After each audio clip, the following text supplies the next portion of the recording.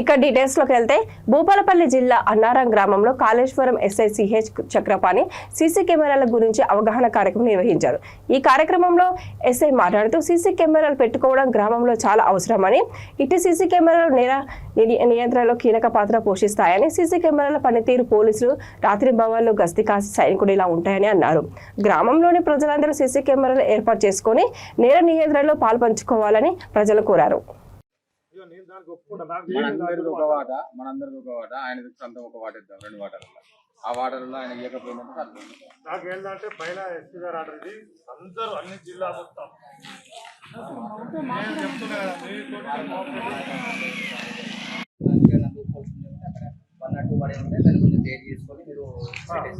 అది important place వాటిని మీరు రిపేర్ చేసుకుంటే ఖర్చు తగ్గిపోతుంది.